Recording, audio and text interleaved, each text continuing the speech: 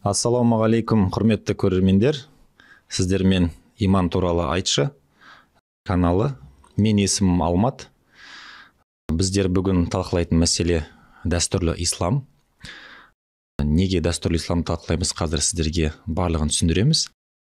Бүгінгі біздің каналдың қонақтары Дауылбаев Қанат мырза, исламтанушы, Шығыс Қазақстан облысындағы қызметкер, ислами, және де Қыдырхан Медет мырза, Абай ауданындағы діни қызметте жүрген адам.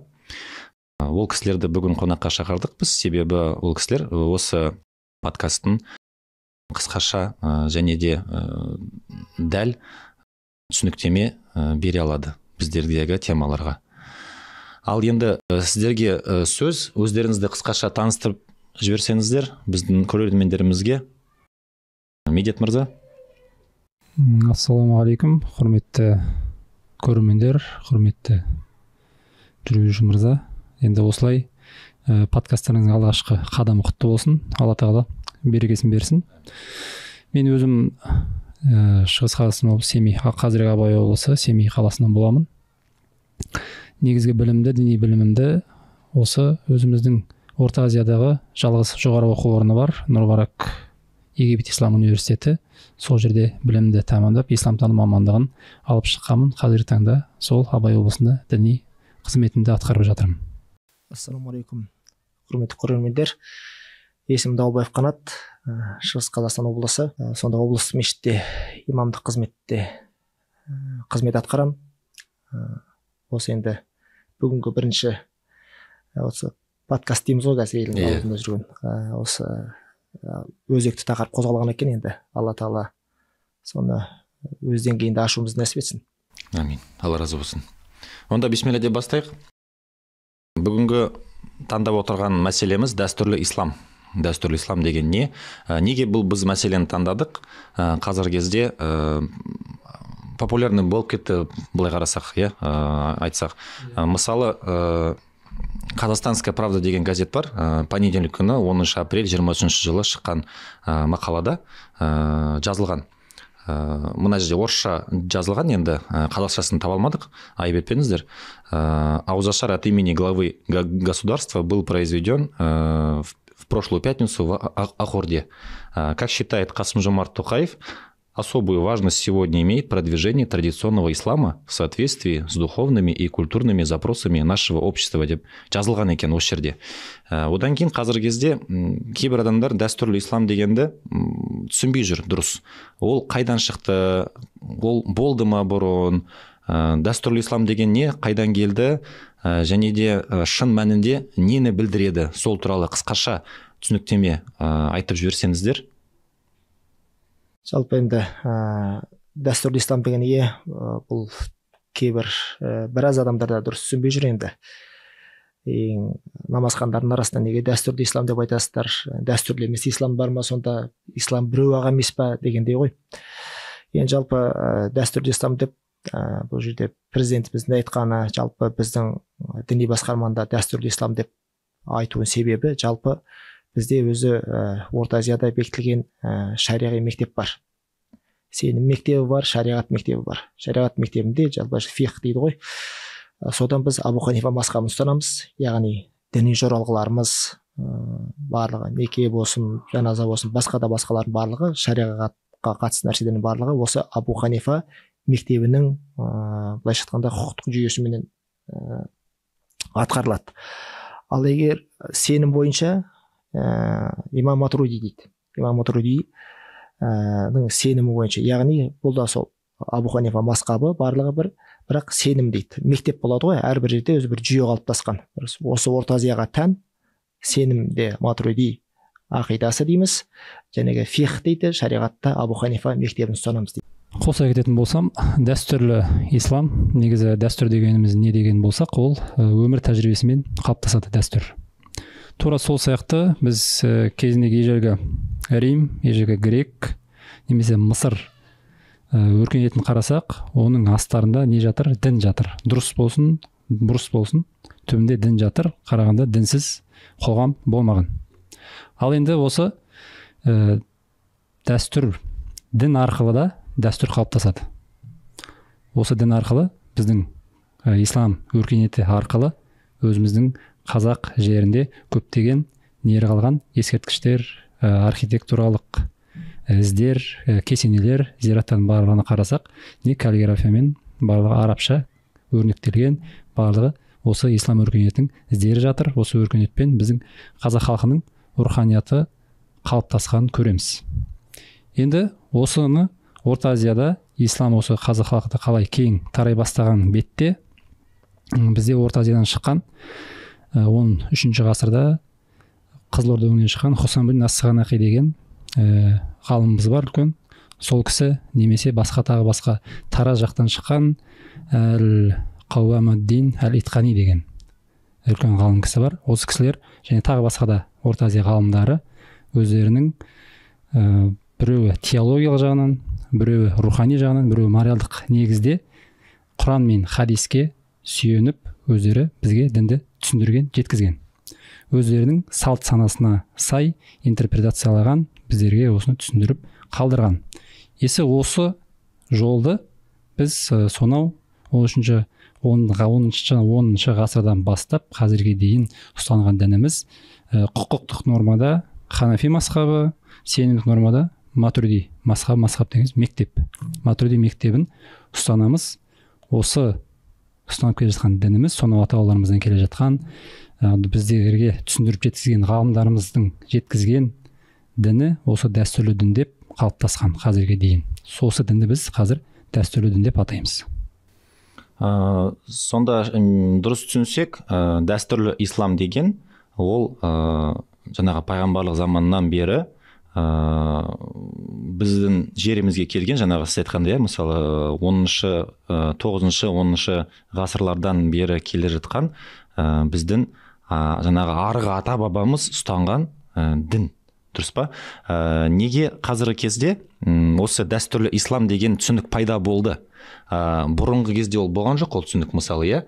Және де кейбір адамдар қазіргі кезде дәстүрлі ислам деп, мысалы, бір жігіт намаз оқысы келіп жүр, намаз оқимын деп ниеттеніп жүр, мешітке барып білім алады, медресеге оқимын дейді. Оған ата-аналары қарсы болады, кейбіреулері. Сен қайтесің, өскесін оқисың, пенсияға шыққасын намаз оқисың, шал болғасын оқисың деген сияқты әңгімелер айтады әртүрлі. Немесе ораза ұстағысы келетін жастар да бар қазіргі кезде. Мен ораза ұстағым келеді дейді. Мысалы 15 жастағы, 18 жастағы ұл қыздар аталар айтады, сен әлі жассың, керек емес, ұстап керек емес, мен ұстаған емеспін, маған атам әжем ұста деп айтқан жоқ деп мысалы айтады. Кейбір адамдар дәстүрлі ислам дегенді қазір түсініп жатыр. Ол жұма күні 7 шелпек пісіру, мешітке барып садақа беру, және де жылына бір рет үйінде Құран оқыту. Сол біздің ата-бабамыз ұстанған дәстүрлі ислам деп айтып келе жатыр. Кейбіреулері айтады, қазіргі кезде социальный сеттарда, мысалы, өздеріңіз естіген шығарсыздар, өткенде тоже орамал тағып керек емес, ол орамал дәстүрлі исламға жатпайды, особенно қыз келіншектерге деп, орамалды тек қана әжелер тағады деп, сондай әңгімелер де мысалы шығып жүр, иә. Кейбір адамдар осыны шатастырып жүр. Былайша айтқанда дәстүрлі исламды шынайы исламмен шатастырып жүрді. Сол туралы қысқаша айтсаңыздар, дәстүрлі ислам ұғымы қашан пайда болды, және де қазіргі кезде кейбір блогерлердің, кейбір басқа адамдарға сөз өтетін адамдардың айтып жүрген, шақырып жүрген діні ол не, ол исламға жата ма, жатпай ма? Жаңағы кейбір адамдар айтады, мен жүрегім таза, мен жаңағы жұмаға барып, мешітке барып Құран оқытам, тіпті жұма намазына қатыспайды, кейбіреулері үйлеріне кетіп қалады. Мысалы, ол білімсіздіктен болып жүр ғой, дұрыс па? Бүгінгі біздің подкастымыздың мәселесі именно сол білімсіздікке дұрыс жауап беріп, адамдарды дұрыс жолға салу. Біз оларды сөгуге жиналған жоқпыз бұл жерде. Біз дұрыс түсіндіріп, және де Алла разылығы үшін оларға ертең сауап болсын деп, сол үшін талқылап отырмыз. Сол туралы қысқаша айтып түсіндіру ғой. Иә. Осы ұғым қашан пайда болды, және де қазіргі кейбір адамдар шатастырып жүрген ұғымдар туралы айтып жіберсеңіздер қысқаша. Жалпы енді дәстүрлі ислам дегенде не түсінеді қазір, мысалы, көп адамдар? Енді дәстүрлі исламды және айтып отырғаныңыз дұрыс. Бұл мәселеде біраз күрделі мәселе бұл. Бірақ бұл қайдан пайда болды десек, бұл дәстүрлі ислам деген сөз бұрында енді ондай көп қолданған жоқ. Бұрынғы кездерде оны тәуелсіздік алғанға дейін дәстүрлі ислам, қазір айтатын болсақ, Ханафи мазхабы, Абу Ханифа мазхабы, Матуриди ақидасын астын сызып тұрып айтуға тура келеді, мешітте ойбай Абу Ханифа бойынша қылады. Бұрында ондай болған жоқ. Қай кезде болды? Теріс ағым келіп, соған былайша соға бастаған кезде. Сендерің бұларың дұрыс емес, бүкіл ата бабаң ұстап жатқан. Қаншама 12 ғасыр бойы ұстанып келе жатырмыз осыны бізді Қазақстанда, қазақ даласын айтып айтшы, Қазақстанда демейік. Түркі кезінде заманынан бері келе жатыр ғой. Осыны бәрі дұрыс емес дегеннен бастап, бұларға біз төтеп беру үшін бұны айту керек болды да. Дәстүрлі исламды ажырату, шатастырып алмас үшін. Енді дұрыс, былайша айтқанда дәстүрлі ислам дейміз ғой. Бұл дұрыс, пайғамбар суннан келе жатқан бір ислам келе жатыр, басқа демен емес. Бірақ бір мысал айтайын. Бізде Қазақстанда жылқының етін жейміз, дұрыс па? Бірақ Ханефи мазхабында екі көзқарас бар. Жылқының еті, Абу Ханифа рахмаулла айтады, жылқының еті енді ол кезде көлік болғандықтан, сол көлік ретінде пайдаланғандықтан жеу дұрыс емес. Сол кезде харам деген жоқ, бірақ мәкрух, жағымсыз ол. Көлік ретінде пайдаланып жүрміз, бәрі жылқымыз жеп қойсақ не болады дегендей. Екінші, бірақ оның шәкірттері оған рұқсат берді. Ол адал нәрсе, ол харам емес, адал нәрсе. Енді қарасақ, Қазақстандағы осы Абу Ханифа мазхабы жылқының етін жейді, бірақ Турцияда, Мысырда сол Ханафи мазхабылар жылқының етін жемейді. Олар жей алмайды. Қарасақ, бір мазхаб, бір сенімде, бірақ өзінің дәстүрлі исламды айтамыз ғой, өздерінде де дәстүрінде ата-бабаларының қалай келді, біреу қалыптасып кетті, сол нәрсе орын алып жатыр да. Бізде де осылай. Дәстүрлі негізі тарихта исламды дәстүрлі және дәстүрлі емес деп бөліп қарастырмаған. Бірақ та әр халықтың өзінің тарихи, діни, ұлттық жады болады. Жады деген ұлттық код. Өзінің ұлттық несі болады? Жады коды болады, көрінісі. Енді осы ұлттық кодты жаңағы дәстүрлі ағымды дұрыс түсінбейтін немесе басқа да біздің өзіміздің қазақ халқының бұрыннан бері келе жатқан, ұстанып келе жатқан өзінің мектебі бар, ислами жолы бар. Осыны жоққа шығаратын адамдар не істейді? Біздің жадымызды жоққа шығарады. Жаңағы айтқан радикалды экстремистік ағымдар бар, сырттан келген. Осылар біздің жадымызды жоққа шығарады. Қалай? Олар өздері үкімді, ислам үкімін тікелей пайғамбарымыз саллаллаху алейхи вассаламға жеткенде сол 7-ші ғасырдан алғысы келеді. Енді арадағы қалған не бар? Уақыттар бар. Осы уақыттарды олар не істейді? Жоққа шығарады. Ол енді логикалық тұрғыдан және де моральдық тұрғыдан бүйтіп қарасақ, ол мүмкін емес, ақылға қонбайтын нәрсе. Сол себепті біздің еліміз осы исламды таңдағанда дәстүрлі деген жанына нені қойған? Сөзді, терминді қосқан. Не үшін? Біздің өзіміздің сол дұрыс жолда жүрген дінімізді басқалардан ажыратып, олардың бұрыс жолда жүргендігін көрсету үшін. Мысал келтірсем, бізде радикал ағымдар бар, және бізде өзіміздің дәстүрлі дініміз бар. Бұрыннан бері ұстанып келе жатқан. Және өзіміздің ғұрпымыз бар. Осы ғұрпымызға сай кейбір нелеріміз бар. Исламның шариғатына сай келетін өзіміздің әдет салттарымыз бар. Енді қарасақ, ислам, шариғат, әрбір салт, дәстүр шариғаттан, исламнан негіз алу деген сөз жоқ. Одан алмаса да, егер де ислам шариғатына қайшы келмесе, оны шариғат не істейді? Құптайды. Мысалға бір Құранда аят бар. Астағфируллах ва ғиду лахум мастатағтум биқуа дейді. Не дейді? Әнфал сүресінде Алла Тағала айтады: сендер жауларыңа қарсы, мұсылмандар, жауларыңа қарсы шамаларың келгенше күш сайлаңдар дейді, дайындалыңдар дейді.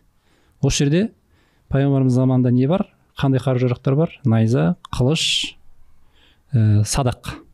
Сол кезде пайғамбар дейді, садақпен осылай қару-жарақпен дайындалыңдар дейді, найзамен. Енді ол сол аятты біз қазіргі заманға келтірсек, ол аятта не шығады? Егер де біз сол аяттың формасын алсақ, онда біз қазір жауларымызға қарсы найза алып, садақ алып шығуымыз керек болып қалады. Бірақ ол әлбетте олай емес. Біз аяттың мақсатын аламыз, формасын емес, мақсатына қараймыз. Мақсаты не? Ол жауға өз заманына сай дайындалу. Ол қазіргі дайындалу қалай болуы мүмкін? Ол интеллектуалды болуы мүмкін, ғылыми дайындық болуы мүмкін. Сол себепті де қазіргі біздің дәстүрлі деген терминді қосуының себебі де осы. Олар осы дәстүрлі исламды жоққа шығаруы неліктен? Олар біздің бүткіл өзіміздің кодымызды, ұлттық қалыптасқан жадымызды жоққа шығарады. Енді басқа да бір мысал, негізі көп мысал бар. Тағы бір қарасақ, сөздің ғұрыптық мағынасы бар және лексикалық мағынасы бар. Енді кейбір кездерде пайғамбарымыз бір мәселе айтқанда, сол өңірдің, халықтың өзінің ғұрпына сай сөйлеуі мүмкін, ғұрыптық сөздің мағынасын қолдану мүмкін. Мысалға, бір адам айтады, мен ет жемеймін дейді. Ет жемеймін деп ант ішеді. Бізде ет жемеймін деп ант ішкеннен кейін ол балықты жеп қояды. Сол кезде енді ол анттың бұзды ма, бұзбады ма деген сұрақ туындайды. Осы жерде бізде антты бұзған адамға шариғи арнайы не бар? Үкім бар. Ол кәфарат деп өтеу. Мысалы, күнделікті біз береміз, ораза ұстаған адам, егер оразасын әдейі бұзған болса, ол артынан 60 күн кәфаратын өтейді деген үкім бар. Тура сол сияқты ант бұзған адамда кәфаратын өтеуі үкімі бар, жазасы бар. Енді ол адам балықты жеп қойса, ол анты бұзыла ма, бұзылмай ма дегенде, ол жерде біз сөздің ғұрыптық мағынасына қараймыз. Бізде қазақта балыққа ет дей ме, ет демей ме? Бізде балықты бөлек қарастырады еттен. Балыққа балық дейді, етке ет жеке айтады. Енді басқа елдерде ол басқаша болуы мүмкін. Мысалы, Малайзияда, Индонезияда, теңізге жақын мұхиттың ортасында орналасқан мемлекеттер, немесе Араб жазирасындағы мемлекеттер, ол балықты да еттің ішіне кіргізіп жіберіп қосуы мүмкін. Сол себепті осы мәселеде ғұрыптық сөздің мағынасы бізге қатты керек. Осы мәселеден де сұрақтар туындайды. Сол себепті де бізде кейбір ағымдар не істейді? Домбырамен бет ашуға болмайды, келін сәлем салуға болмайды деген өзіміздің қалыптасқан дәстүрлі үрдісімізді, барлық үрдісімізді жоққа шығармақшы. Сол себепті біз өзіміздің дәстүрімізді сақтап қалуымыз мақсатында, дәстүрлі дінімізді сақтап қалу мақсатында осы исламның жанына дәстүрлі деген сөзді қосып отырмыз. Өте керемет айттыңыздар, Алла разы болсын. Жаңағы өзім сұрақ қойым келіп отырған дәстүр ғұрып жөнінде жаңағы сәлем салу мәселесі, келіннің жаңағы атасына, әжесіне сәлем салуы, кейбіреулер жаңағы ол ширк деп айтады, мысалы ол күнә деп айтады мысалы.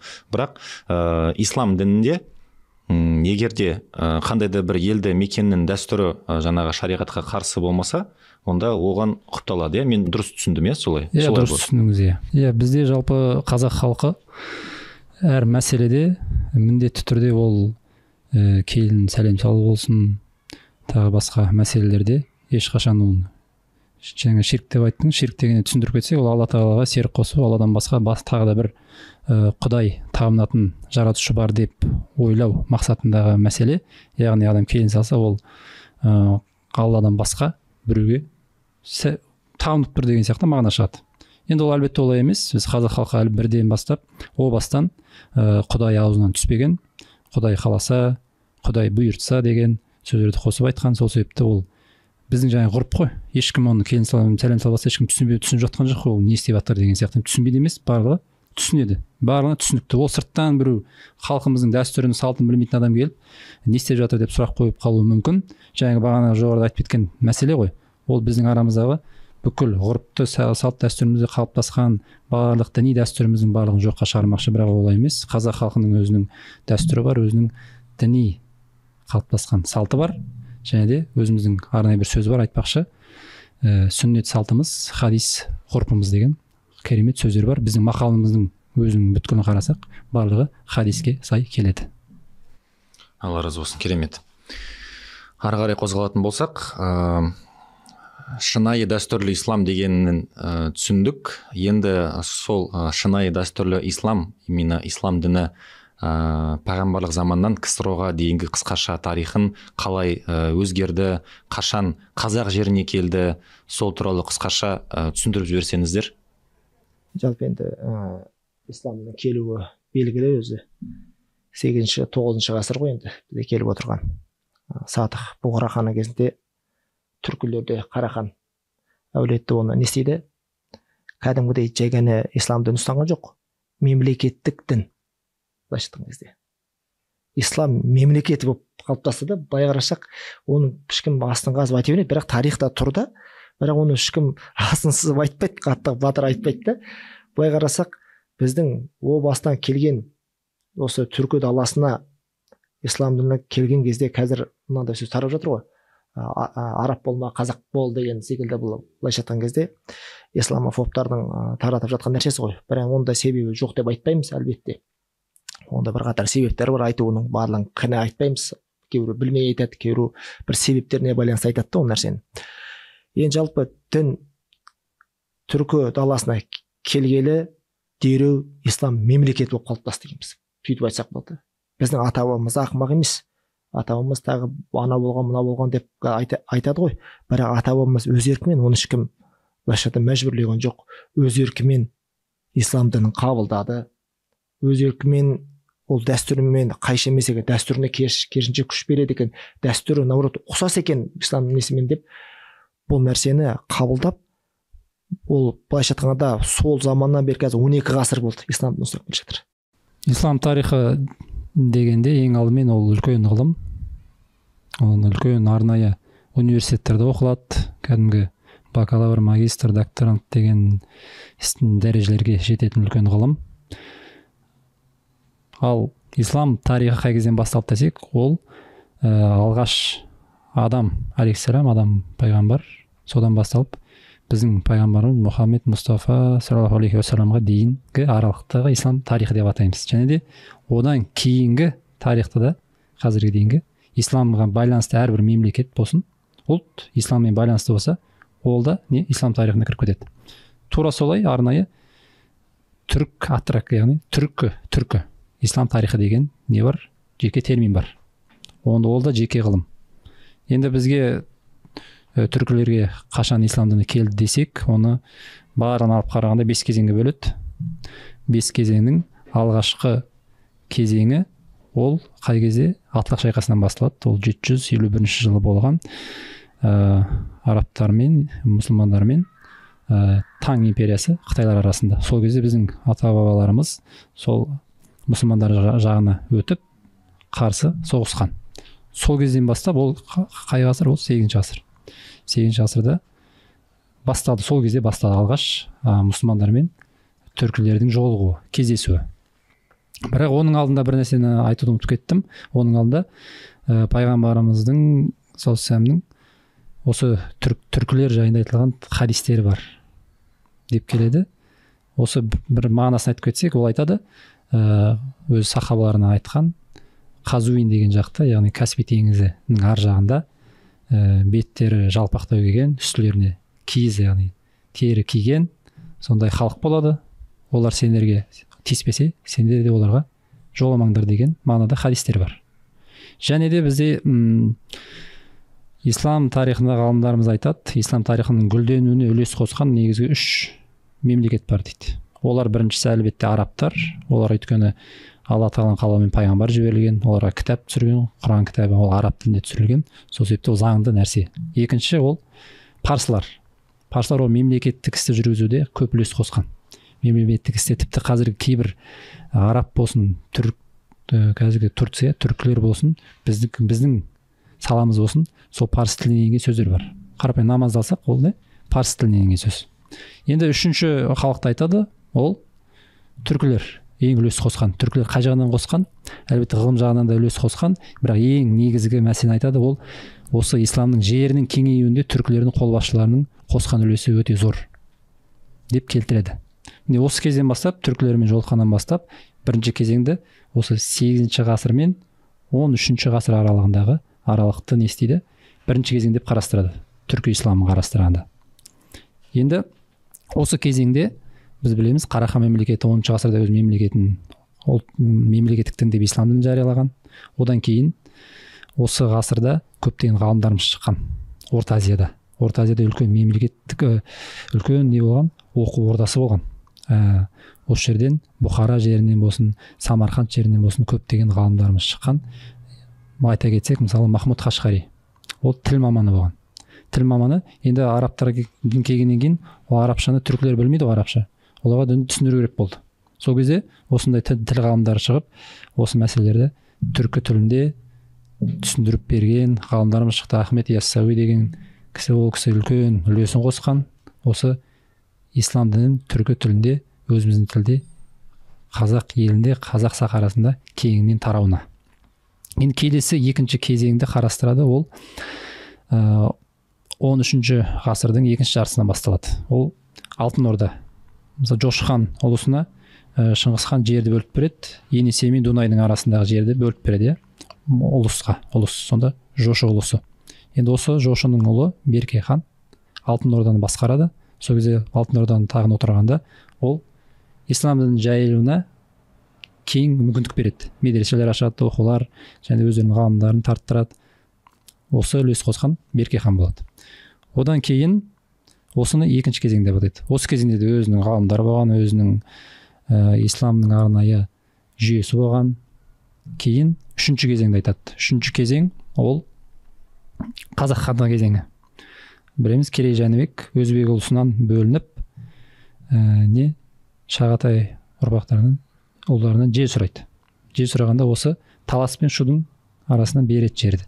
Осы кезден бастап қазақ халқының өзінің сол кезден бастап Керей Жәнібектен кезінде де арнайы ғалымдар шыққан, Бұхар жырау болсын, сол кісі шыққан. Ол кісі де Бұхарада оқыған, кәдімгідей өзінің діни білімі болған. Ол кісі кейін барып оның қазылық қызмет атқарған Бұхар жырау. Сенен кейін барып осы Абылай ханның жанына кеңесші болған, жаңа ақылшы болып қабылданған. Осының төртінші кезеңде болады, Қазақ хандығы кезеңі. Кейін Қазақ хандығы Ресей империясының қол астына кіреді. Осы кезеңді төртінші кезең деп атайды. Ресей империясының қол астына кіріп, осы кезден бастап біздерде төртінші кезеңді не деп айтамыз? Осы ислам діні уже хандық тап жойылды.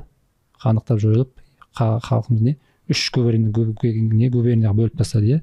Түркістан, Сібір губерниясы деп тағы да екі губернияға бөлді. Осы кезең төртінші кезең деп айтамыз. Кейін осы кезең біткеннен кейін бесінші кезең келеді. Ол Қазақстан Алланың қалауымен өзінің тәуелсіздігін алған кезең ислам тарихында бесінші кезең деп атап көрсетеді. Қысқаша ислам тарихы осы, ислам тарихы емес, түркі ислам тарихы осылай аталады. Машалла, керемет. Алла разы болсын. Өте түсінікті. Былай қарасаңыздар, кейбір адамдар бар қазіргі кезде, қазақ бауырларымыз жаңағы араб болма, қазақ бол деп айтады. Бізде қазақ мұсылман болмаған деп айтады. Біздің ата бабамыз намаз оқыған жоқ деп айтады. Мысалы, қажылық істеген жоқ деп айтады, ораза ұстаған жоқ деп айтады кейбіреулері. Былайша айтқанда, ол кісілер тарихты білмейді. Тарихты жөндеп оқыса, онда көздері жетеді, что жаңағы 7-ші ғасырдан бастап, 7-ші ғасырдан бастап біздің ата бабаларымыз ислам дінін білген, таныған, және де ол қарқынды дамыған біздің жерімізде. 12 ғасыр бойы ғой? 12 ғасыр бойы. 12 ғасыр бойы. Керемет. Енді айта кететін жайт, ол жаңағы мысалы осы айтады ғой, енді араб құл болмаңдар, намаз оқымаған, және өзіңіз айтқан, немесе дін болмаған, дін кейіннен келген. Кейбір айтады Ресей империясының тұсында келген, Екатерин екіншінің сол кезде келген деген қате түсініктер бар. Неге енді ол сондай сұрап жатқан адамның есімін сұрасаңыз, арғы атасын сұрасаңыз, фамилиясы қандай болып шығады? Ахметов, Оспанов, Омаров деген аттар шығады. Сонда зерттеуге қарасайды, Қазақстанда ең көп кездесетін ат, фамилия ғой қазіргі, Ахметов екен. Ахмет деген Мұхаммед пайғамбардың есімі. Ең көп кездесетін. Сосын екінші Омаров екен. Омар деген ол пайғамбарымыз сахабасы жанындағы ең ұлы сахабалардың бірі. Үшінші Оспан деген Осман. Осман халифа, Осман сахаба, ол да сол қазақтың есімде Оспан деп кездеседі. Сол себепті егер тарихты оқысақ, қарапайым қазақтың термелерін, жырауларын қарасақ, оның барлығында діни мәтіндер кездеседі. Бізде енді қазақта ауызекі әдебиет қатты дамыған. Осы ауызекі әдебиетін мысал келтірсек, Ақтамберді жырау деген кісі бар. Ақтамберді жырау не деп айтады? Ол кісі айтады: шеберді шебер дегенше, Алланы шебер десеңші, қар жаудырып қыс қылған, жұмыртқаны құс қылған дейді. Енді былайша айтқанда ол не? Бір Алла тағаланың бірлігіне шақырып отыр. Ықылас сүресіндегі айтқандай, Алладан басқа тәңір жоқ, Алла жалғыз, оның еш тең келетін ешкім жоқ дегендей, осы не? Бірлік, құдайлықты ұстаған, бір құдайға сыйынған тәңірлердің бір тәңір деп айтады. Тәңір дегеннің негізі мағынасы ол сол құдай деген біздің қазақ тілінің баламасы ғой. Аллах деген сөздің құдай, тәңір, алладан басқа тәңір жоқ дейді, мұхаммед оның елшісі деген сияқты. Және тағы да басқа да мысалдар бар. Мысалы екінші мысал, бізде 18.000 ғалам деген, 18.000 ғаламның раббысы деген сөзді естіген боларсыздар. Бізде көп қолданады ғой. Енді осыны қарасақ, мен Нұр-Мубарак университетінде оқып жүргенде, қателеспесем 2-ші курста бізде әрдайым жұма уағызында мықты ұстаздарымыз уағыз айтады. Сол кезде Бауыржан Әлиұлы, Алла оның рахметін бөлсін, ұстаз уағызымыз айтқан сол ұстазымыз. Сол ұстазымыз уағыз айтқанда осыны естігем. 18.000 ғаламның раббысы деп тек қана біздер айтады екенбіз. Неге нақтылап айтамыз, 18.000 ғалам бар ма сонда деген сұрақ туындайды ғой. Сол кезде дейді, ол кісі айтады, 18.000 ғалам деп пайдаланған атақты Табарини деген тәпсірші ғалым бар. Тәпсіршілердің атасы деген атағы бар ол кісінің. Сол кісінің тәпсірінде Әлхамдулиллахи раббил аламин деген бар ғой. Алла тағаланың, әлемдердің раббысы Алла тағала шүкіршіліктер болсын деген. Осы Фатиха сүресінің бастауы ғой. Осы аятты тәпсірлегенде осы жерде қатада деген белгі табиғым бар. Сол кісінің риуаят келеді екен. 18.000 ғалам қанша саны дегенде 18.000 деп келеді екен. Демек осы нәрсе біздің ата бабаларымыз не істеген, осы тәпсірді оқыған деген түсінік шығады. Ол кісілердің демек білімдері өте терең болған. Сол себепті біз қазақ халқы сол 12 ғасыр бойы ислам дінін ұстап келеді, оны жоққа шығара алмаймыз. Тек қана сол бір әттең дейтіні арадағы сол Ресей империясының қол астына кіргеннен бастап үзілген сәт, осы қазіргі біздің санамызға, қоғамның кейбір адамдарына әсер етіп отыр. Ислам бізде болмаған деген түсінікпен. Қысқаша осы. Рахмет. Қазір өзім кішкене арабша үйреніп жүргем негізі. Өткенде курста оқып жатқан кезде тоже таңғалдым да. Арабша коробка деген сундукун деп аталады екен, сундукун. Коробка. Сундук. Сундук деген коробка екен арабша, Сосын дафтарун, сандық қой жаңа. Сундук деген сандық. Енді кітапты көбі біледі. Китабун деген араб тілінен енген сөздер. То есть мен айтқым келіп отырған нәрсем, біздің тілімізде, күнделікті қолданып жүрген тілімізде қаншама араб тілінен енген сөздер бар мысалы. Ол барлығы жай емес қой, ол ғасырлар бойы енген, және де біз оны өзімізге алып алғанбыз уже. Өзіміздің қазақтың сөзі деп жүрміз, мысалы. Жаңағы сундукун дегенді мен естіген кезде таң қалдым мысалы.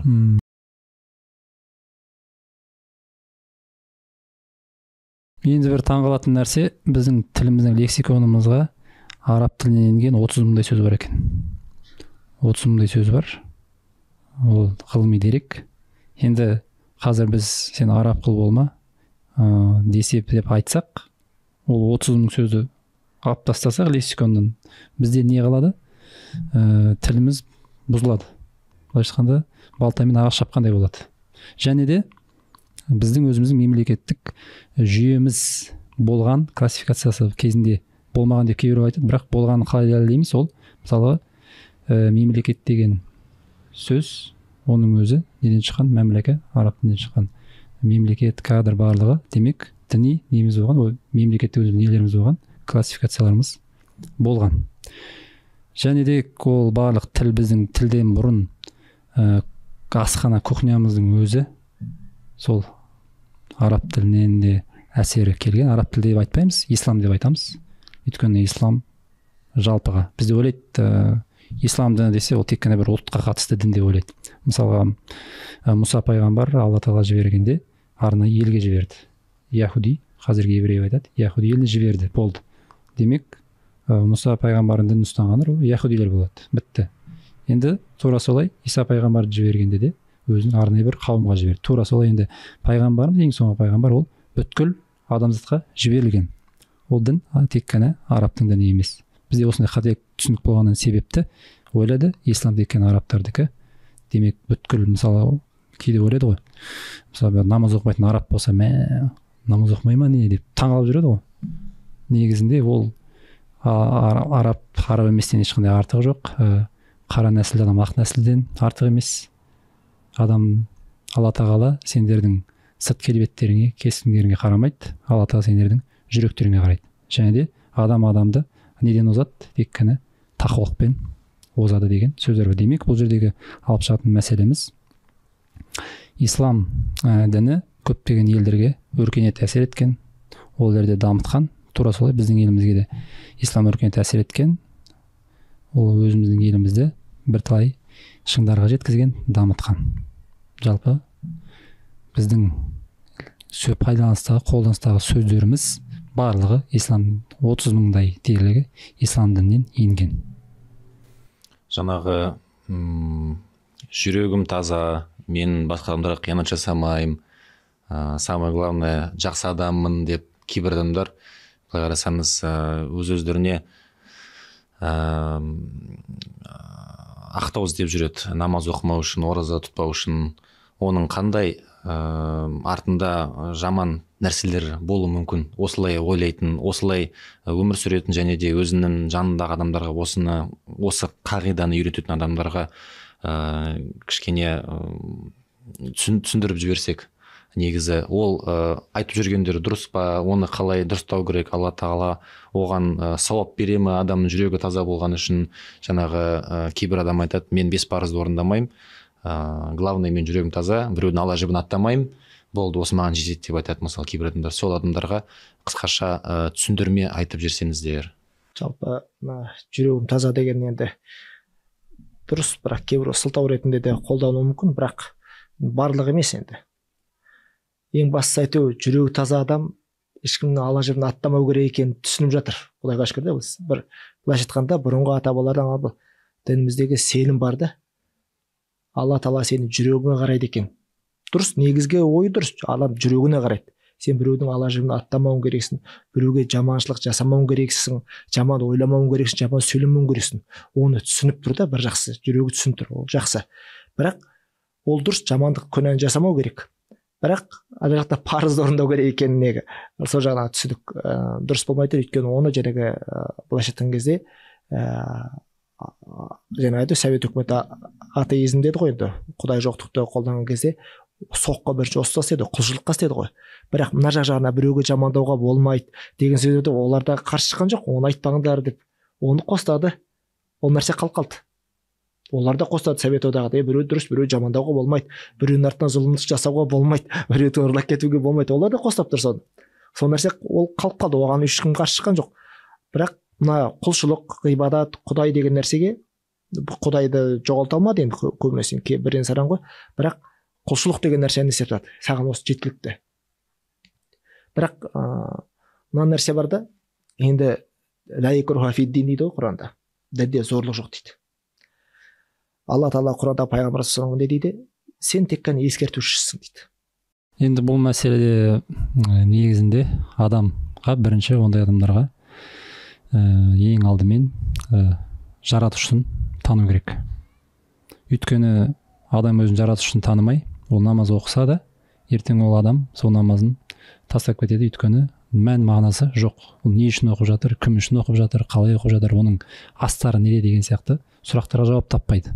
Сол себепті ең алдымен адам егер де бір істі бастаған болса, діни намаз оқимын деп шешім қабылдаған болса, ең алдымен сол намазды кім бұйырды, кім бұйрық берді маған, мен оны не үшін оқимын деген сұрақтар қойып, сол сұраққа өзі жауабын іздеуге тырысу керек. Арнайы мешітке барып, немесе мешіт имамдардан, немесе ұстаздардан сұрап, осы сұраққа жауабын тапса, сол кезде ол өзі ойланбастан намазын бастап кетеді. Себебі бізде арнайы бір сөз бар. Егер дейді, саған мысалға бір бұрыннан бері жас кезінен сен көз алдында жүрген, ешкімнің ала жібін аттамаған, өтірік айтпаған, бір үлкен бір жақсы дана кісі бір нәрсеге бұйырса, адам бұйрықты орындайсыз ба? Орындаймыз ғой, бір жақсы адам бізге бұйырса. Өйткені біз айтамыз, ол адам жаман нәрсеге бұйырмайды дейміз. Тура сол сияқты Алла тағала адам баласын бір нәрсеге бұйырған болса, ол ешкімге зиян болмайды, ол адамға, қоғамға пайда әкелетін нәрселер болады. Сол сияқты шәкәрім атамыз айтқандай, келдім қайдан, қайтсем пайдам, өлгеннен соң не болам деген адам өзіне сұрақ қойып, сол сұрақтарына жауап тапса, ол әлбетте Алла тағаласын, өзінің жаратушысын танып, сол жаратушысы не бұйырды, сол бұйрықтарын орындайды, неден тыйды, сол тыйымдарынан тыйылады. Алла разы болсын. Біздің қазіргі талқылап отқан мәселеміздің үшінші сұрағына келетін болсақ, атеистік саясаттың адамдардың ақыл ойы мен санасына әсері және қысқаша айтып жібердік қой. Енді статистиканы оқып жүретін болсақ, қазір мысалы тақырыптарыңыз бір-бірімен байланысты екен өте. Иә. Мысалы, Батыс Қазақстан облысы энциклопедиясындағы мәліметтерге сүйенсек, 1845 жылы Бөкей Ордасындағы мұсылман мектептері мен медреселерінің саны 38-ге жеткен екен. Ал 1880 жылдары Ресей жерінде шіркеулік приход мектептері күрт көбейе бастайды. Бұл жерде олар кедей отбасының балаларына білім алуына арналып, мемлекет тарапынан қаржыландырылған екен. Оларда құдай заңдары, шіркеу әні, оқу, шіркеу славян тілі, арифметика секілді пәндер оқытылады. Қазақстанда да ресейлік мектептердің осы түрі кеңінен таралады.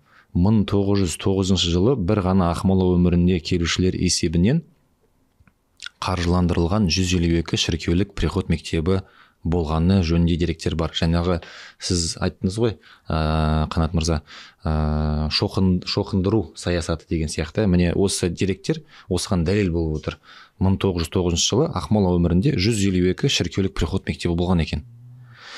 Одан кейін біздің жаңағы бұл патша үкіметі кезінде болған саясат қой. Одан кейін жаңағы совет үкіметі саясаты кезеңінде кеңестік кезең саясаты Қазақстандағы барлық діндердің қызметіне шектеу қоя бастады.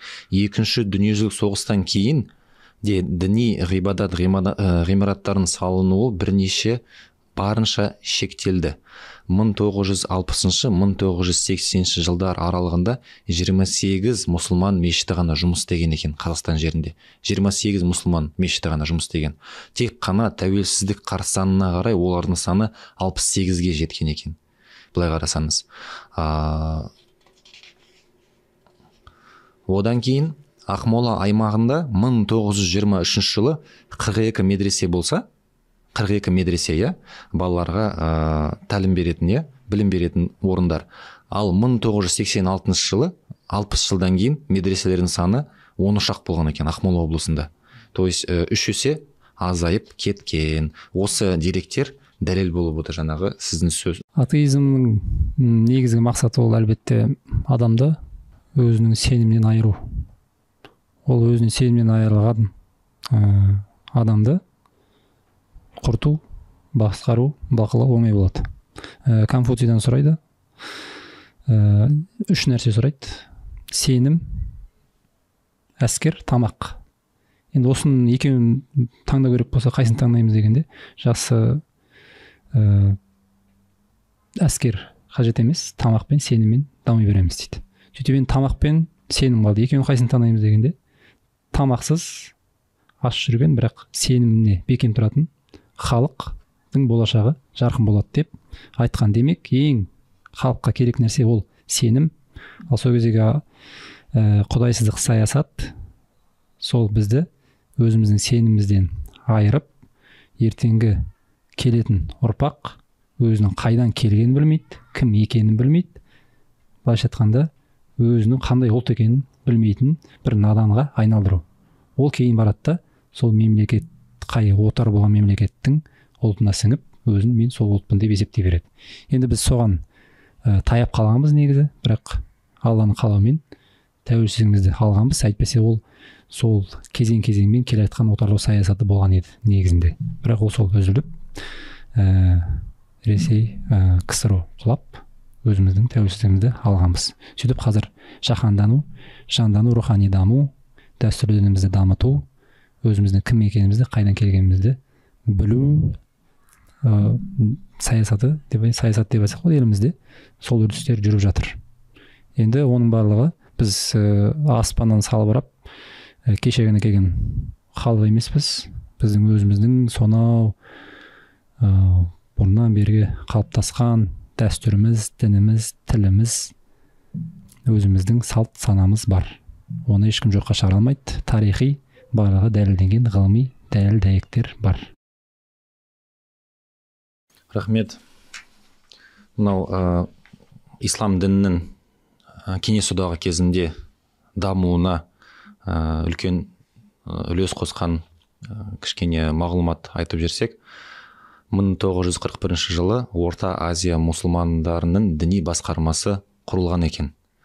Қазақстан аталған діни басқарма құрамына қазият ретінде енді. Қазият дейді басқарма. Діни басқарма. Қазақстан аталған діни басқарма құрамына қазият ретінде енді. Бұл қазақ дін зиялыларының азды көпті ашық жұмыс жүргізіп, діни мектептер, діни еңбектер жазуына мүмкіндік берген екен, кішкене болса да. Әсіресе көрнекті дін ғалымы 20 жыл бойы 1952-1972 жылдары Қазақстанның қазие қызметін атқарған Садуақас Ғылманидың терең әрі мазмұнды діни зерттеулері дін ғылымының сан саласын қамтушы ерекшеленеді. Ол кісіге Алла разы болсын. Бұл деректі оқып отырған себебім, мына жерде Артем мешіті бар ғой, сол мешіт осы кісінің атымен аталады ғой. Көп мысалы жастар білмейді бұл кісінің кім екенін, бұл кісінің еңбегі өте зор екен. Біздің дінімізге, особенно жаңағы совет үкіметі кезінде қосқан, қараңыздаршы, 20 жыл бойы Қазақстанның қази қызметін атқарған бұл кісінің дін педагогикасы, Құран туралы жала мен өтіріктерге қарсы Рисала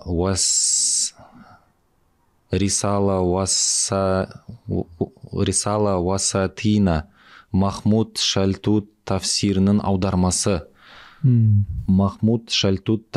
аудармасы еңбектері мен ақида сенім негіздері саласында жазбалары тұтас бір тарихи дәуірдің діни пайымдауларын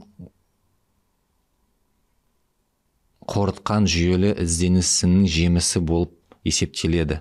Бұл кісінің еңбегі өте зор екен. Қысқаша айтып кеткенім, тарихымызды білмесе қиын болады ғой. Жаңағы мешітке барып жүрген бауырларымыз өзімізде, жаңағы енді Астана қаласында түсіріп жатыр ғой бұл подкастты. Артем мешітін барлығы біледі. Жаңа Астана қаласындағы ең бірінші мешіт ойым сол, по-моему. Бірінші мешіттердің бірі ғой, в общем. Осыны біліп жүрсек, дұрыс болады деп ойлаймын. Бұл кісі сол совет үкіметінің одағы кезінде біздің сол қазіргі муфти дейміз ғой. Сол кезде сол қазылық муфтилік қызметін атқарған 1952-71 жылы аралығында. Өте жақсы деректер айтып кеттіңіз. Енді сол кездегі совет үкіметі кезіндегі мешіттердің аздығы, әлбетте діни ахуал өте қиын болған. Азандар шақырылмаған, азанның үні естілмеген. Адам құлшылығын жасаған болса, сол тығылып жасайды. Егерде жақыны қайтыс болса, оны кейін күндіз емес, түнде барып жасырын жерлеген. Осындай қиын жағдайға түскен. Енді осы кезеңді Мұқағали атамыз былай сипаттайды. Қаймағы бұзылмаған қайран дінім, қаймағың быт-шыт болды қайдан бүгін, құбылаға бет алып қол құрсырып, сәждеге жығылатын қайда күнім деп, осындай біздің қазіргі ахуалымызды, қазіргі кезеңімізді бабаларымыз аңсап өлең жолдарына жазып кеткен екен.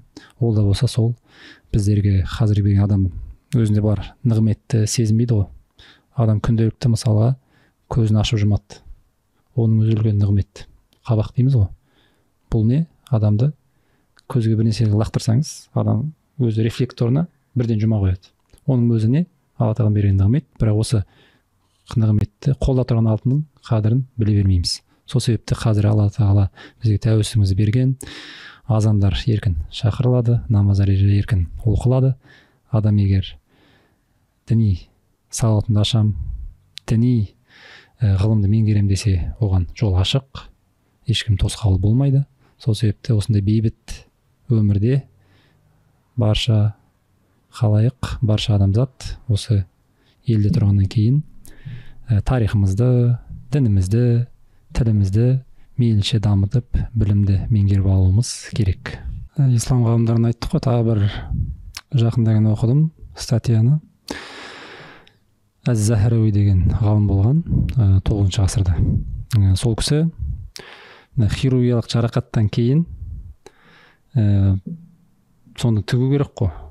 оны тігуді не жануардың ішегімен тігуді ойлап тапқан.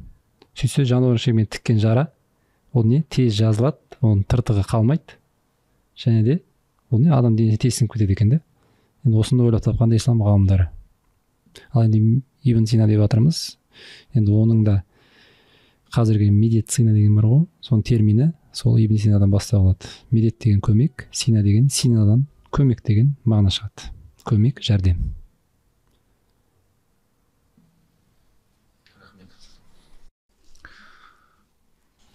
Қазақстандағы исламофобияның басталуы, Қазақстандағы терактілер мен оның құрбандары, Қазақстандағы дәстүрлі емес, яғни радикалды ағымдардың пайда болуы қашан бізде пайда болды? Осының барлығы жаңағы Қанат мырза сіз айттыңыз ғой, Қазақстан мемлекеті тәуелсіздік алған кезде ата-ана өзінің баласын медресеге беруге, дін оқытуға қуанатын, иә, сондайды естісе.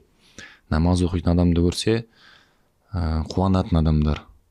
Адам намаз оқиды, ораза ұстайды десе, енді бір визитный карточка сияқты болды адамдарға. Мына адам шынымен жақсы адам, сенімді адам, бұл кісімен жаңағы сөйлесуге болады, бұл кісіге сенуге болады деген болды да. Ал қазіргі кезде өкінішке орай осы жағдай бар бізде. Кейбір адамдар намаз оқыса да, ораза ұстаса да, басқа адамдарды алдап кетіп жүреді. Мысалы, олардың да осы ислам дініне тигізетін әсері бар. Бір күні бір ұстаз ана шәкірттеріне тақтада, ақ тақтаға бір нүкте қойыпты да, не көріп тұрсыңдар деген кезде барлығы шәкірт айтты, нүкте көріп тұрсыз деп. Сонда сендер мынандай тақта, әппақ тақтаны көрмей, мына нүктені көріп тұрсыңдар ма депті ғой. Сол секілді ғой, бізде қазір кішкене нәрсені көреміз. Бірақ біз айтпаймыз, имам болсын, қандай діни адам болсын, намаз дін ұстанатын адам ол періште деп айтпаймыз. Пайғамбар айтты ғой, күллу бани адама хаттаун хайрул хаттаини тауабун. Барлық адам қателесуші, оның ішіндегі ең жақсысы тәубе еткені, дер кезінде кешірім сұрап, қатесіне өкінгені деді. Барлығы қателеседі, болады ондай нәрсе. Әрбір жерде бір құмалағы болады да, шіртіп отыратын. Былайша айтқанда. Бірақ ол үшін тұтастай барлық еңбекті жоққа шығармаймыз. Мұфтиятның қаншама үйлер беріп жатқан, қаншама қайырымдылықтар жасап жатыр, қаншама жаңа оқу ағарту жұмыстары, оны өзі айтсақ бір бөлек. Қазіргі таңда енді мысалы бір адам ислам дінін ұстанғысы келсе, біреудің досы болады, біреудің көршісі болады, намаз оқитын, көп адам мешітке барып білім алуға ұялады, имамнан барып сұрауға ұялады. Мысалы айтады, мен досым бар, мен одноклассникім бар, содан барып сұрай салам, сол мен намаз оқуға үйретеді деп айтады. Мысалы, шатасып кетпеу үшін, шынайы исламды тану үшін, радикалды исламның белгілерін білу керек қой адам баласына.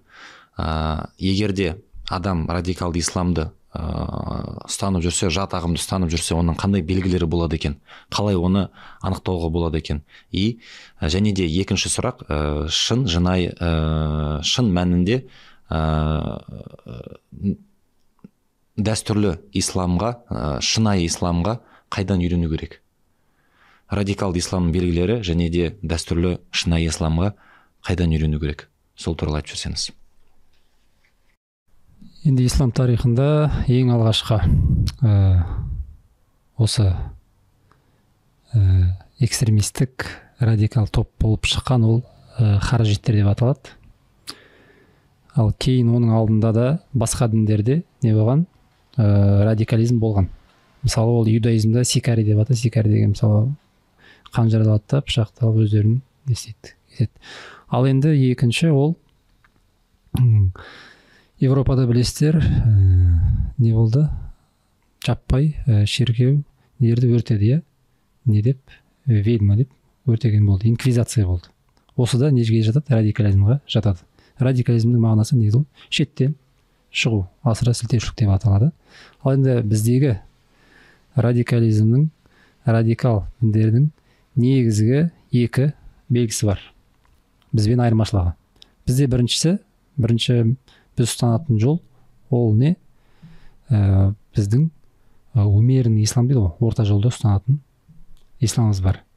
Және де біз осы орта жолды ұстанамыз. Және екінші, біз дінді негіз қайнар көздеріміз ол Құран, сүннет, одан кейін орта жолды ұстанып, сол орта жолды ұстанған ғалымдарымыз бізге осы Құран мен сүннетті өздерінің білімдерімен жеткізген. Ал енді радикал топтар, олардың негізгі қайнар көздері алынғанмен, олар мәтіннің несін алады? Формасын алады. Буквалист дейді ғой, тікелей түсінеді. Ал бізде интерпретацияланады. Бізде тәуил деген мәселе бар, интерпретация жасау.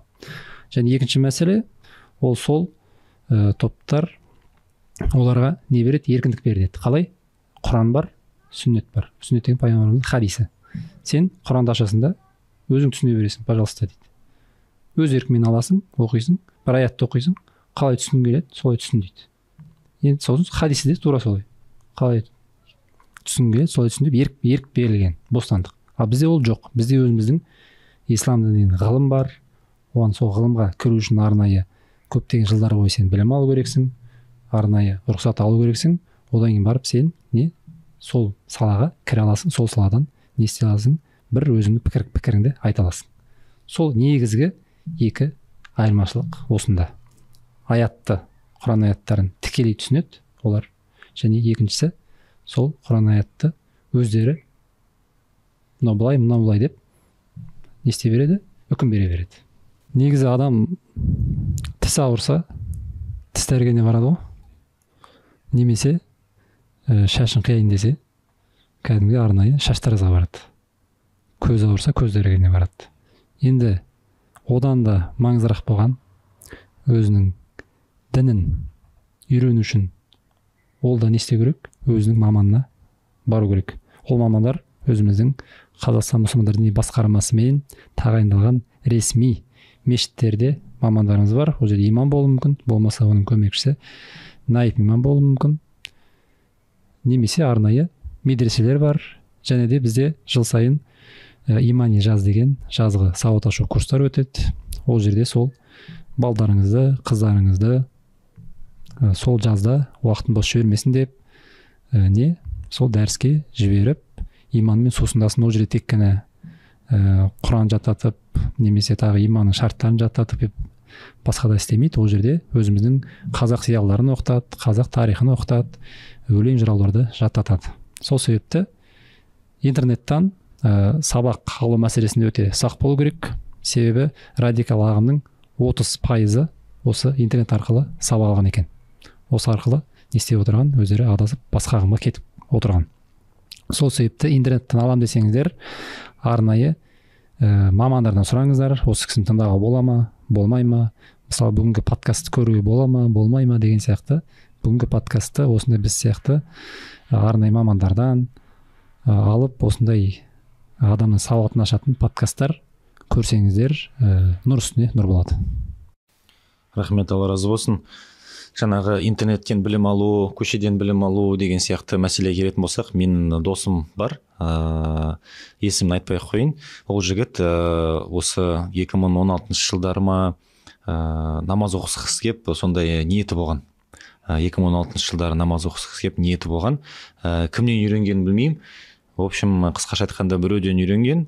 Одан кейін жаңағы сіз айтқандай Құранды ашып, жаңағы аудармасын, орысша аудармасын оқи бастаған өзі, түсінем деп. Жаңағы Құранның орысша аудармасында кейбір аяттар бар, мысалы кәпірлерді ығыстырыңдар деген, мысалы, кәпірлерді ығыстырыңдар, қайда көрсеңдер де оларды ығыстырыңдар деген. И сол аятты оқып алып, соған амал істеймін деген анау жігіт, в общем, грубый болып кеткен, адамдарды көмектеспейтін болған, сондай ешкіммен шеме бөліспей, адамдарға кәдімгідей ығыстыра бастаған ғой. Одан кейін жаңағы кім намаз оқымайды, солардың барлығын кәпірге шығаратын болған. Одан кейін өзі айтып жатыр да қазір. Одан кейін мен ішімде сезім пайда болды дейді.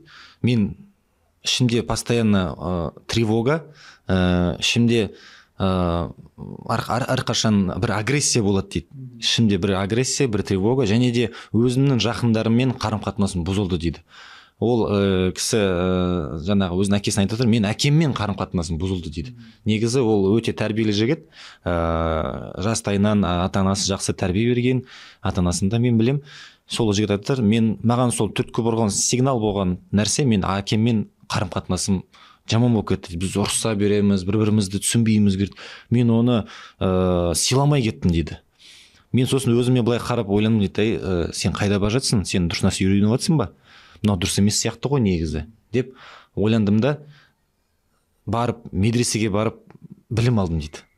И қазір айтып жатыр, Аллаға шүкір, сол медресеге барып білім алғаным себебі Аллаға шүкір қазір дұрыс жолда, ата-анасын сыйлайды, достарын сыйлайды, басқа бір адам намаз оқымаса да оны да сыйлайды. Жаңағы ханафи мазхабымен намаз оқиды, медреседе үйренген, Аллаға шүкір деп жатыр. Осындай оқиға болды да ода. Ішінде агрессия, басқа адамдармен қатынасы бұзылып, ата-анасын сыйламай кетті, достарына қарсы сөз сөйлеп, в общем, сондай болып қалды. Осындай оқиға болған негізі. Анализ жасай білетін, логиканы қоса білетін, ақыл жүгіртетін, және де сараптама, салыстыру керек қой бәр нәрсені. Мысалы, мынау қалай? Жалпы бәрін салыстырып шығу керек қой. Мына мешітке барып сабақ алып көрейін. Жарайды, мыналардан сабақ алып көрейін, басқа ағымдардан. Мына жаққа барып сабақ алып көрейін, ютубтан барып, бір интернеттен да сабақ алып көрейін деп салыстырмалы түрде ненің дұрыс екенін фильтрация жасап барып шешім қабылдау керек нәрсені радикал ағымдар не істейді? Сен біз деген атыңда дейді де, бір адам бір ұстазын тағайындап қояды, осыны тыңдайсың, осы не дұрыс десе сол дұрыс болады, не бұрыс десе сол бұрыс болады, және де өзіңнің еліндегі имамдарды тыңдама, арнайы діни мамандарды тыңдама деп тыйып тастайды. Біздің айтып отырған дәстүрлі ислам дінінің осы біздің қазақ қоғамына, қазақ мемлекетіне пайдасы қандай? Мысалы, біздің президент дәстүрлі исламды дамыту керек деп айтып жатыр, мына газеттерден оқып жатырмыз, мақалалардан. Не үшін осы политиканы айтып жатыр екен? Ол онсыз бола ма, немесе ол қажет пе екен қазір біздің қоғамға? Сол туралы қысқаша айтып жіберсеңіздер, сонымен тамамдайық. Негізгі мәселе, ислам дегеніміз не десек, ол тыныштық діні, бейбітшілік діні. Мысалға, мен сізге ассаламу алейкум десем, менен саған тыныштық, яғни менен сізге тыныштық, мен саған ешқандай зиян келтірмеймін деген мағына береді. Яғни мен тараптан тыныштық, сен менің не зиянымнан аман есенсің деген сияқты. Ал енді екінші мағынасы бар, ол бойсыну. Ислам діні бойсыну, Алла тағаланың шариғатын орындау. Енді Алла тағала адам баласына дінін жіберген екен, ислам дінін. Енді оны исламды жібергеннен кейін адам мен қайтсем бақытты боламын деген сұраққа жауабын табу үшін не істеген? Өзінің пайғамбарын жіберген. Өзінің пайғамбарын жіберген, Құран кітабын түсірген. Енді осы кім адам, қай адам бақытты боламын десе, қай адам, қай мемлекет өркениет, өз өркениетін дамытқысы келсе, ол не істеу керек дейді? Ислам дінін 100% меңгеру керек дейді. Мысалы, ақш мемлекетін алсақ, естуім бойынша конституциясы 90% ислам заңдылығымен сәйкес келеді, заңдылықтарымен сәйкес келеді екен. Бәлкім сол себепті кейбір мемлекеттер өздерінің нақты келбетті ислам болмаса да, бірақ заңдары исламға сәйкес келгендіктен дамып отыруы заңдылық. Енді біз дәстүрлі ислам дегеннен кейін біздің ата-бабамыз осы ханафи мазхабын таңдап, сенімде матуриди мектебін таңдаған екен. Оны не үшін таңдады? Оны былай емес, неге олар таңдады, біз неге оны ұстауымыз керек деген сұрақ емес. Ол кісілер бізде болашақты ойлап, ұрпағым ертең қандай болады екен, еліміздің болашағын ойлап, не істеді? Саралап, қарап, қайдың дұрыс екен деп таңдап, бізге осы ислам дінін таңдап берді. Таңдап, қазір осы 12 ғасыр бойы біз сол Аллаға шүкір мұсылман болып келе жатырмыз. Демек, мысалы, қазір қарасақ, Хакаси деген ұлт бар. Олар сол Ресей жақтан келген, қазіргі Қырғыз еліне көшіп келген. Сөйтіп қарасаңыз, олар қырғыз елі мұсылман, ал сол Ресей қалған хакасия мемлекеті түрлеріне қарасаң ғана ұқсайды, бірақ өздері не бүткіл дінінен, тілінен айырылған. Демек, адам дамысы келсе, осы тарихта мәңгі қалғысы келсе, қияметке дейін өзінің елінің дамытқысы келсе, ол әлбетте осы исламды ұстану керек. Омар халифа, Алла оған разы болсын, былай деп айтады: біз қорлықта жүрген кезде Алла тағала бізді исламмен сүйіншіледі, бізге ислам берді. Біз сол кезде дамыдық. Ал енді біз қашан осы исламнан басқа жерден даңқ, атақ даңқты іздей бастаған кезде дейді, біз ол нәрседен Алла тағала оны бізден алып тастады дейді. Біз қорлықта қалдық дейді. Демек, осының барлығы адам егер ислам заңдылықтарымен жүрсе, ислам құндылықтарымен жүрсе, өзі дамиды, өзімен қоса отбасы дамиды, отбасымен қоса айналасындағы қоғам көршілері дамиды. Мысалға, Мұхаммед Хасан аш-Шайбани деген сол кісі, жұрттар айтады екен, сіз осындай кітап жаздыңыз, неге сіз тақуалық жайында кітап жазбайсыз дейді. Ол кісі айтады: мен сауда саттық жайында кітап жаздым дейді. Демек, ол сауда саттық деген не? Адам мысалы намаз оқиды. Сөйтіп намаз оқыған сайын ол адам, салыстырсаңыздар, адам білетін шығар, мысалға адам өздерін танып отырған шығар, адам ең алғаш намаз бастағанда қалай оқыды? Басқаша сезінді, кейін бір 5 жыл өткеннен кейін намаз қалай оқиды? Ол құдды бір жаттығуға айналып кеткен сияқты. Енді оразаны мысалға адам ұстайды, кейін ойлауы мүмкін, диета сияқты екен деп. Сөйтіп солай қарауы мүмкін. Бірақ та сауда саттықта олай емес. Сауда саттықта адам не істейді? Адал арамға қарайды. Адал арамға қарау керек. Одан кейін өзінің затын сатқанда оның кемшіліктерін айту керек. Және де біреудің аманатына қиянат жасамау керек. Біреудің саудасының арасына түспеу керек. Осы мәселелер ақсап жатыр. Осы мәселелерде тақуалық көрінбей жатыр. Демек, ол қоғам дамымайды. Сол себепті тақуалық деген, ислам деген барлық салада көріну керек. Және батыс діні, батыс ғалымдары исламға қалай анықтама береді? Ол дейді: қорқу, сыйлау, сезім деген мағына береді. Яғни дінге сезіммен келеді, қорқып келеді деген сияқты. Ал ислам діні қалай анықтама береді? Ислам дінінде ол біреуі рухани, біреуі не? Адамның өзінің білім, ақыл жағынан. Бізде, яғни ислам дінімізде ғалымға да көңіл бөлінеді. Ислам рухани жағына да көңіл бөлінеді. Исламда әлбетте ол исламның ең артықшылығы басқа діндерден, ол адамның дүниесін реттейді және адамның ақыретін реттеп беретін дін. Мұсылман деген кім деген кезде? Әл-муслиму мән сәлемал муслимуна мин лисаниһи ва ядихи дейді. Мұсылман деген басқа мұсылманға қолымен де тілімен де ешқандай зиян келтірмейді дейді. Осы түсінік қалыптасады. Әлбетте ол бір қармайда бір құмалақ міндетті түрде болуы мүмкін. Бірақ бәрін шіртпесе де бір нәрсе бүлдіретін болуы мүмкін. Арада бір кемшілігі бар адам, мұсылман бәрі бірдей емес, бес саусақ. Болады кемшілігі бар. Бірақ көпшілік. Екінші дейді, мұъмин дейді. Момын деген кім дейді? Біз момын дегенді қалай естетеміз? Bir жуас бір деген деп естетеміз сөздігімізде өзімізде. Жалпы момын деген сөз, мұъмин деген сөз жоғарғы деңгей ол. Әл-мұъмину мен аминнаху наса аля дамайхим ва амуалихим дейді. Пайғамбар айтады. Момын дегеніміз басқа адамдардың дүние мүліктеріне зиян тигізбейді, қандарын төкпейді дейді. Енді бұл екі хадисті қарайтын болсақ, біріншісіндегі мұсылман деген сөз деген, ол немен шектеліп тұр? Мұсылманға ғана зиян тигізбейді. Одан дәреже жоғары мұъмин деген, момын деген дәрежеге жоғары. Ол не дейді? Жалпы адамзатқа зиян тигізбейді. Адамзатқа, ол мұсылман болсын, болмасын, қандай ұлт болсын, қандай діни ұстанымда болсын, зиян тигізбейді. Оның дүние мүлкі мекіген деп алып кетпейді ол.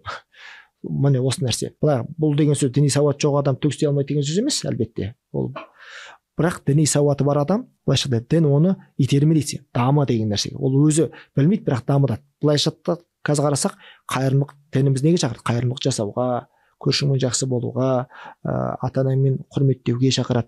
Осы нәрсені пайғамбар айтады: "Әл-Құр'ан худжатун лака ау алейка" дейді. Құран сенің пайдаңа, не зияныңа куәлік болады дейді. Яғни дінді дұрыс ұстанатын болсаң, Құранды дұрыс ұстанатын болсаң, ол сенің пайдаңа келеді. Дұрыс ұстанбай жаңағыдай өз бетіңше пайымдап, өз бетіңше тәпсірлеп сөйтіп кететін болсаң, ол өзіңе зиян болады. Оны жаңағы экстремизм, терроризм, осы нәрсеге алып кетуі мүмкін де. Сол үшін ұстаз дінді кімнен үйрену керек, осы маңызды болып жатыр да. Мұсылман сол үшін көшбасшы болу керек, өзі артына бәрін ілестіріп жүру керек, өзі бір жерде артына ілесіп жүрмейді, ол соны меңгереді, соны өте жақсы меңгереді де, соны одан ары дамытып қалған өзінің артынан ілестіріп жүретін болу керек те. Біз осы нәрсені балаларға да айтамыз, дамыңдар, оқыңдар, тек қана бәрі медресе оқу деген емес, сауаттарыңды ашыңдар, біреуің медицинаны мықты врач болыңдар, мықты хирург болыңдар, мықты отан қорғайтын адам болды, мықты әскер болыңдар. Былайша айтқанда біреу сот болады, біреу прокурор болады, біреу депутат болады, бірақ жемқор емес, адал мен арам дейді, арамның шекарасына жоламайтын, пара алмайтын, пара бермейтін, тек қана өз елінің мүддесін, өз ұлтын сүйетін, өз елін сүйетін, осы үшін жанпида болатын адам болу керек деп осыны біз насихаттаймыз. Бірақ оның нәтижесі былайша айтқанда уақыт еле бұл нәрсе көрсетеді. Ислам дінінің, дәстүрлі ислам дінінің елімізді дамытуға үлесі өте зор. Тек қана бізде проблема ол не? Ол проблема дінде, исламда емес, проблема сол исламды ұстанған адамда. Исламды қалай түсінді, сол түсінген адамда. Мысалға, бір адам егер бір қателік жасаса, оны бірден ислам деп қарамау керек. Оны айналасындағы отбасынан қандай тәрбие алды, мектепте айналасындағы адамдар қандай болды, қоршаған ортасы қандай болды, осы факторларға қарау керек. Себебі ол намаз бастағанда 1 жыл болуы мүмкін. Оның алдындағы тәрбиесі қайдан алынған, оның барлығы белгісіз болса, оның бәрін бірден исламның астына ығыстырып ала алмаймыз. Ол да болса сол біздерге қазіргі адам өзінде бар нығметті сезінбейді ғой.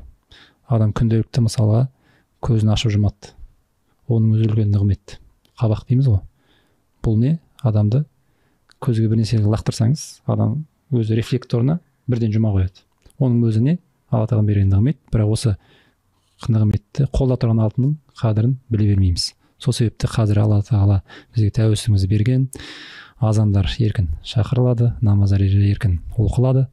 Адам егер діни сауатымды ашам, діни ғылымды меңгерем десе, оған жол ашық, ешкім тосқауыл болмайды.